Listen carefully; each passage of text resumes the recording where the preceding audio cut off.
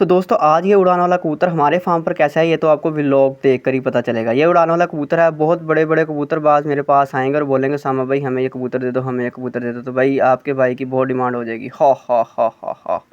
तो दोस्तों सबसे पहले तो ये कबूतर हमारे फार्म पे सेटअप पर आके बैठ गया, गोड फार्म के ऊपर आके बैठा। तो मैंने सोचा कि भाई क्यों ना हम इसको पकड़ा जाए। तो सबसे पहले मैंने प्लान बनाया कि भाई हमने इसको कैसे पकड़ना है। मुझे समझ नहीं आ रही थी कि मैं कहाँ से स्टार्ट करूँ। फिर मैंने सोचा कि मैं पीछे की जानब से ऊपर आता हूँ। मैं पीछे की जानब से ऊपर चढ़ा और कबूतर बहुत ही ज़्यादा थका हुआ था। भाई को मैंने बोला भाई जल्दी जल्दी से आप नेट वाला थैला लेकर आओ। उसके बाद मैं ऊपर बैठा था, हुआ भाई ने मुझे ऊपर थैला पकड़ाया। मैंने ऊपर से थैला पकड़ा और चोरी चोरी इसकी तरफ बढ़ना स्टार्ट कर दिया। कबूतर बहुत ही ज़्यादा गर्मी से हाँफ रहा था, इसलिए मुझे उम्मीद थी कि मैं इसको पकड़ पाऊंगा। भाई ये तो मुझे पहले तो डर था कि मैं इसको पकड़ भी सकूंगा या नहीं पकड़ सकूंगा। आहिस्ता आहिस्ता मैं करीब आया, कबूतर का बिल्कुल उड़ने का मूड था। उसके बाद करीब जाकर मैंने इस पर हाल दावा बोल दिया और मैंने इसको दबोच लिया। कबूतर बहुत ही ज़्यादा मुझे खूबसूरत लगा और बहुत ही ज़्यादा प्यारा भी लगा। और मुझे लग रहा है भाई ये बहुत ही महंगी नस्ल का है, 4-5 लाख का तो होगा। हा।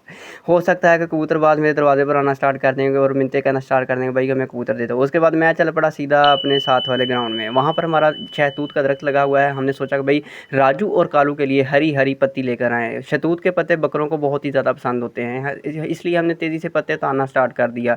पत्ते उतारते रहे। टहनियाँ उतारने में बहुत ही ज़्यादा मुश्किल हो रही थी। उसके बाद जंप लगा लगा कर टहनियों को पकड़ा और ये बहुत ही ज़्यादा मुशक्क़त वाला काम था। भाई मैं तो 5 मिनट में थक गया क्योंकि गर्मी बहुत ज़्यादा थी। उसके बाद हम इसको काटते रहे। फिर मैं भाई तंग आ गया पत्तों से और फिर मैंने सोचा कि क्यों ना हम घास काट लें। घास काटी बकर कालू और राजू के लिए। और हम अपने फार्म को 25 रुपये में मैनेज कर रहे हैं फ़ी बकरा। और हम कैसे मैनेज कर रहे हैं ये तो आपको व्लॉग देख कर ही पता चलेगा। बहुत बड़े बड़े पोल्ट्री फार्मर हैं और कोड फार्मर हैं जो कि कहते हैं कि एक बकरे को अगर एक दिन में 100 रुपये में मैनेज किया जाए तो बहुत ही कामयाबी है। और आपका भाई यही बकरे मैनेज कर रहा है 25 रुपये में फ़ी बकरा। तो भाई आपका भाई तो प्रो हो चुका है। अगर आप भी सीखना चाहते हैं कि मैं 25 रुपये में कैसे मैनेज कर रहा हूँ तो ये आपको मेरी वीडियोस देखनी पड़ेंगी। उसके बाद मैं आ गया सीधा फार्म पर। कालू और राजू आज मुझे इतना ज़्यादा तंग कर रहे थे और आज इन्होंने पत्ते खाने में भी बहुत ज़्यादा नखरा किया। शहतूत के पत्ते बिल्कुल नहीं खा रहे थे। उसके बाद मैंने पत्ते डाल दिए टोकरी के अंदर। मैं परेशान हुआ कि अब ये क्यों नहीं खा रहे। उसके बाद मैं आ गया सीधा गोल्डन गैंग के पास। गोल्डन गैंग के पास आते ही मैंने उनको फीड दी। गोल्डन गैंग गर्मी से बहुत ही ज़्यादा घबराया हुआ था और गोल्डन गैंग ने तेज़ी से फीड खाना स्टार्ट कर दिया। पोल्ट्री फार्मिंग बहुत ही अच्छा काम है, दिल को सुकून देने वाला काम है। पोल्ट्री फार्म से रिलेटेड हमारी कोई भी वीडियो देखना चाहते हैं तो आप हमारे यूट्यूब चैनल को सर्च कर सकते हैं। गर्मी बहुत ज़्यादा थी इसलिए मैंने सोचा क्यों ना हम इनको पंखा लगा कर दें। जल्दी से मैंने इनका पंखा लगाया और पंखा चालू होने में 2 मिनट टाइम लेता है और ये हमारे साथ बहुत ही प्रैंक करता है। हालांकि बिजली की चीज़ है, इसमें ऐसा कभी नहीं होता। हा। फिर हम चल पड़े सीधा फार्म के बाहर और फार्म के बाहर आते ही हमने देखा कि हमारे चूज़े फीड खाने में मसरूफ़ थे। वाटर बोतल उठाई और सीधा आए फार्म के अंदर वापस।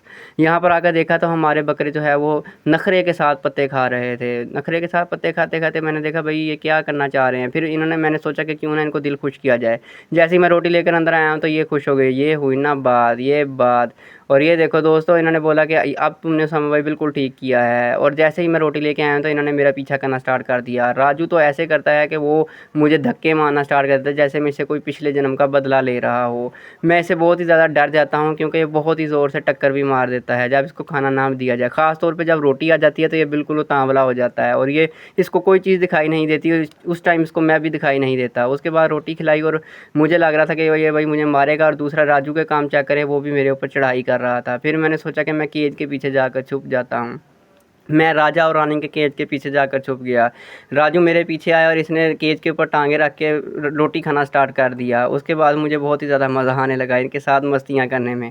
मुझे बहुत ही ज़्यादा खुशी हो रही थी क्योंकि अब मैं बिल्कुल सेफ़ हो चुका था और अब ये मुझे बिल्कुल भी तंग नहीं कर पा रहे थे। उसके बाद आपने राजू के काम देखे, इसने कढ़ाई के अंदर सीधी 2 टांगें रख दी। उसके बाद ये कढ़ाई फिसलने की वजह से ये बिल्कुल गिर गया और मुझे डर था कि इसको चोट ना लग जाए।